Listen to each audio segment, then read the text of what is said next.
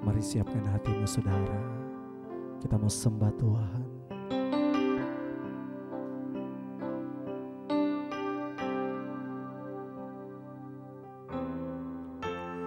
Dengan apa ku membalas kasih-Mu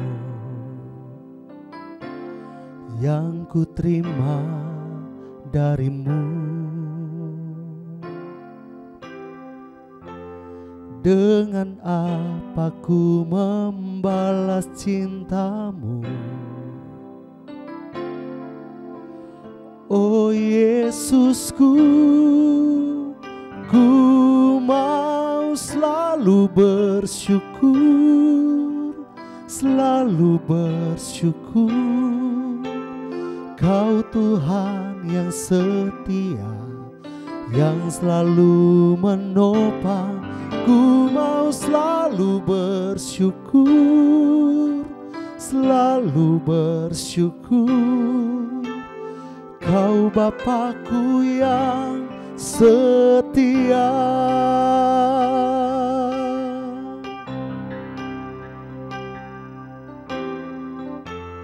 Dengan apa ku membalas kasih-Mu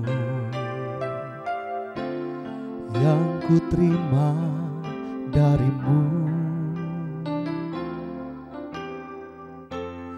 Dengan apa ku membalas cinta-Mu? Oh Yesusku, ku mau selalu bersyukur, selalu bersyukur. Kau Tuhan yang setia, yang selalu menopang. Ku mau selalu bersyukur, selalu bersyukur. Kau Bapakku yang setia. Ku mau selalu bersyukur, selalu bersyukur.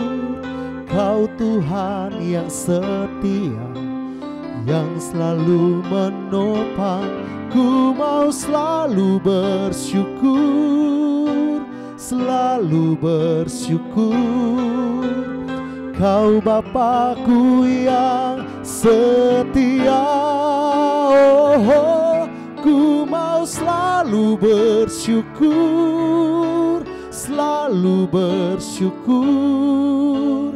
Kau Tuhan yang setia, yang selalu menopang. Ku mau selalu bersyukur, selalu bersyukur. Kau Bapakku yang setia. Kau Bapakku yang setia. Kau Bapakku yang setia.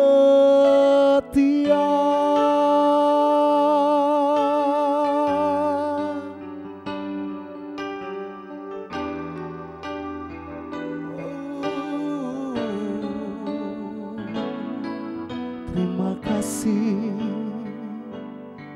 buat kebaikan-Mu Tuhan.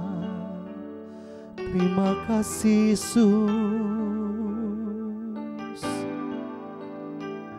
Kau Allah yang setia. Terima kasih Tuhan.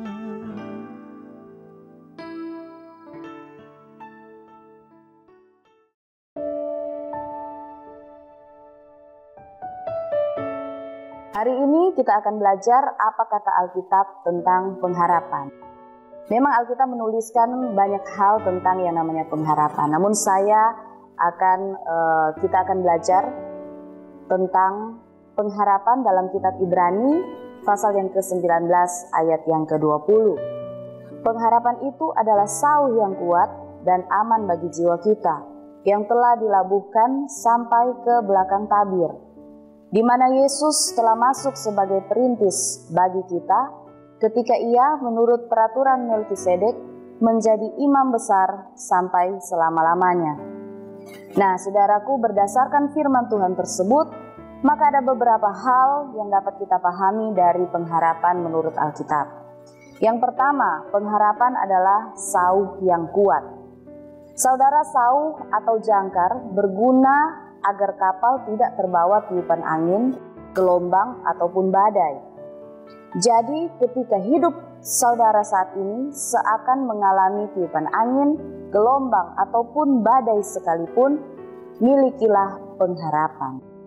Selama kita hidup, sepelik dan serumit apapun keadaan saudara saat ini, milikilah pengharapan. Berharaplah suatu saat tiupan angin, gelombang, bahkan badai itu akan berlalu.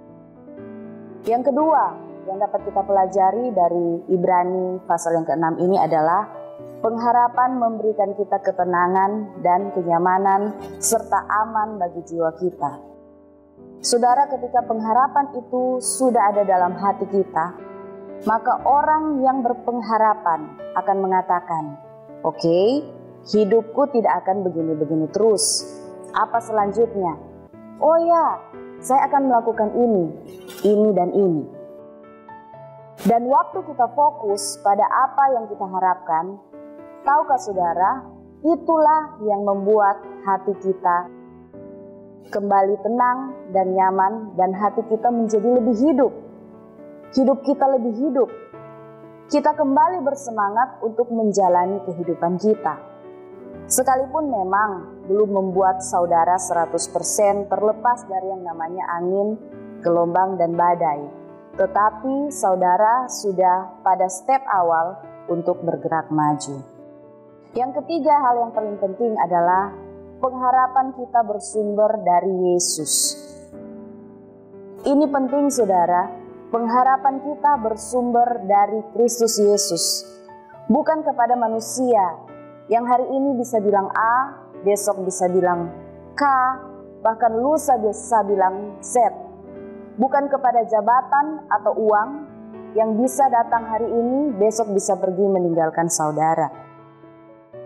Tetapi Tuhan Yesus merupakan Allah di atas segala Allah, Tuhan di atas segala Tuhan. Dia pribadi yang nyata, bukan kaleng-kaleng saudara ya. Dan satu-satunya pribadi yang tidak berubah. Dia tidak pernah memberikan pengharapan yang palsu atau PHP. Pribadi yang tidak pernah meninggalkan kita. Pribadi yang kasihnya sudah terbukti di kayu salib saudara.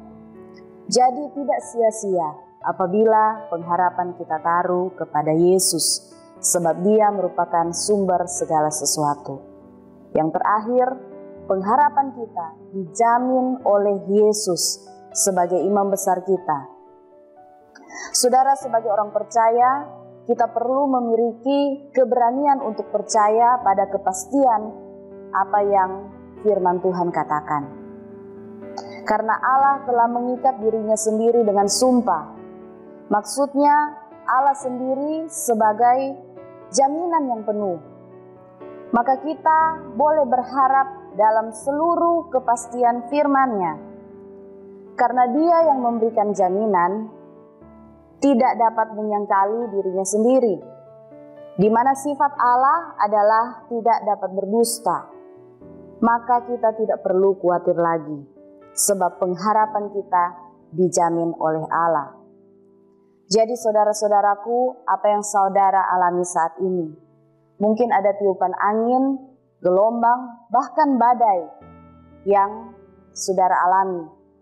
Ada pelajaran juga yang dapat saudara baca tentang pengharapan di dalam Alkitab dari seorang ibu yang bernama Hana, yang merupakan ibu dari Nabi Samuel. Saudara bisa baca itu di 1 Samuel pasal yang pertama dimulai. Bagaimana ketika dia punya masalah dalam rumah tangganya, dia memiliki pengharapan. Dan pengharapannya dia bawa dalam doa dan permohonan kepada Allah yang benar. Milikilah pengharapan saudaraku, dan jangan lupa, dasarilah pengharapanmu kepada Tuhan Yesus. Karena firman Tuhan dalam Yeremia pasal yang ke-17 ayat yang ke-7 berkata, "Diberkatilah orang yang mengandalkan Tuhan, yang menaruh harapannya kepada Tuhan. Selanjutnya pada ayat yang ke-8, ia akan seperti pohon yang ditanam di tepi air, yang merambatkan akar-akarnya ke tepi batang air, dan yang tidak mengalami datangnya panas terik, yang daunnya tetap hijau, yang tidak khawatir dalam tahun kering, dan yang tidak berhenti menghasilkan buah. Puji Tuhan, demikian renungan untuk hari ini. Mari kita berdoa. Tuhan Yesus, terima kasih, kami bersyukur buat firman-Mu hari ini yang mengajarkan kami untuk tetap terus berpengharapan di dalam Engkau. Ajar kami untuk selalu berharap dan bersandar sepenuhnya pada Kau Tuhan, sekalipun banyak pergumulan, masalah dalam kehidupan kami yang kami alami, tapi kami percaya kami punya Tuhan Yesus yang memberikan jaminan keselamatan yang pasti Tuhan, jaminan di mana Engkau pasti akan menjawab setiap doa-doa kami tepat pada waktunya. Kami senantiasa berserah dan berharap kepadamu Tuhan. Bapa, berkati firman-Mu yang sudah kami dengarkan hari ini, biar itu tertanam dalam hati dan pikiran kami, terlebih lagi menghasilkan buah bagi kemuliaan nama-Mu. Terima kasih Bapa, kami bersyukur, dalam nama Yesus kami berdoa. Haleluya, amin.